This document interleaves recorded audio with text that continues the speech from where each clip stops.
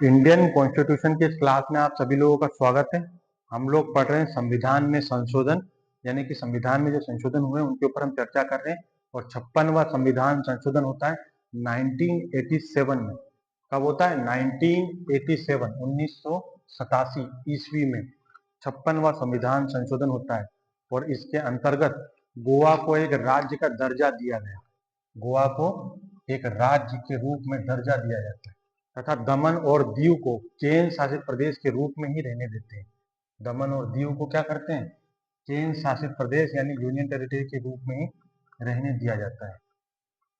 61वां संविधान संशोधन 1989, इसके द्वारा मतदान के लिए यानी कि आप लोग जो वोट देने जाते हो उसकी आयु सीमा को 21 से घटा करके 18 वर्ष रख दिया गया। इस 21 से घटा करके 18 वर्ष कर दिया गया।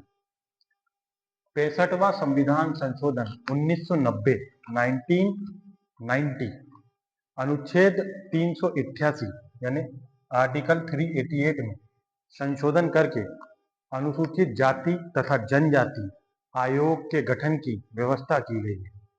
अनुसूचित जाति और जनजाति यानी कि एससी और एसटी के लिए एक आयोग के गठन की व्यवस्था की गई है।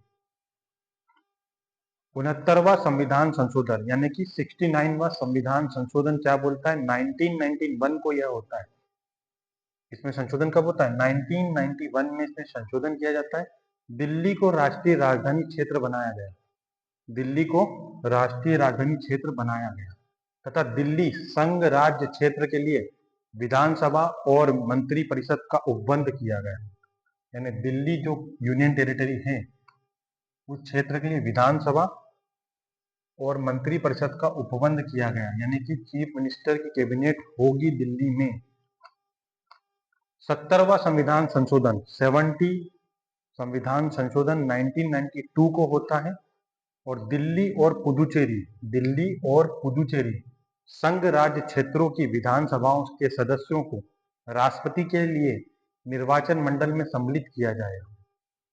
यानी कि दिल्ली और पुदुचेरी संघ शासित मतलब होता है यूनियन टेरिटरी क्षेत्र के लिए विधानसभा के सदस्यों को राष्ट्रपति के लिए निर्वाचन मंडल में सम्मिलित किया जाएगा। यानी कि राष्ट्रपति के जो भी चुनाव होंगे, राष्ट्रपति के जब भी चुनाव होंगे, दिल्ली और पुदुचेरी के लोग जो निर्वाचित होंगे वो लोग भी इस निर्वाचन में सम्मिलित होंगे, यानी इस चुनाव में, राष्ट्रपति के चुनाव में सम्मिलित होंगे।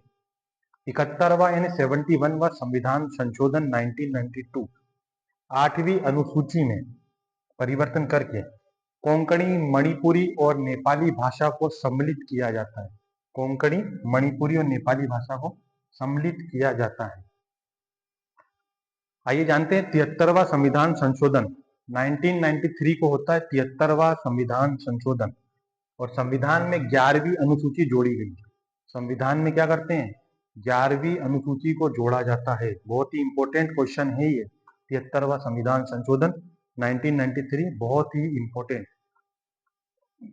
इसमें पंचायती राज संबंधित प्रावधानों को सम्मिलित किया गया। पंचायती राज जो प्रावधान थे उनको सम्मिलित किया जाता है। और इस संशोधन के द्वारा भाग 9 को भी जोड़ा जाता है। इस संशोधन में भाग 9 को जोड़ दिया जाता है। 73वां संविधान संशोधन 1993। 74वां संविधान संशोधन होता है 1993 को ही होता है।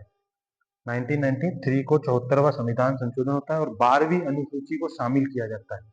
12वीं अनुसूची को इसमें शामिल करते हैं 74वें संविधान संशोधन 1993 में। और बहुत ही इंपॉर्टेंट बात, जिसमें नगर पालिका, नगर निगम एवं नगर परिषद, नगर पालिका, नगर निगम एवं नगर परिषद से संबंधित प्रावधान किए गए। इस संशोधन के द्वारा संविधान में भाग 9 को जोड़ा जाता है। इस संशोधन के द्वारा संविधान के भाग 9 को जोड़ा जाता है। 84वां संविधान संशोधन यानी 84वां संविधान संशोधन होता है 2001 में।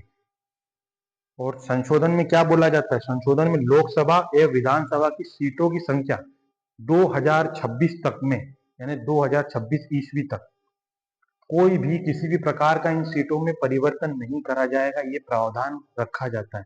यानी कि 2026 तक लोकसभा और विधानसभा की सीटों में कोई परिवर्तन नहीं होगा।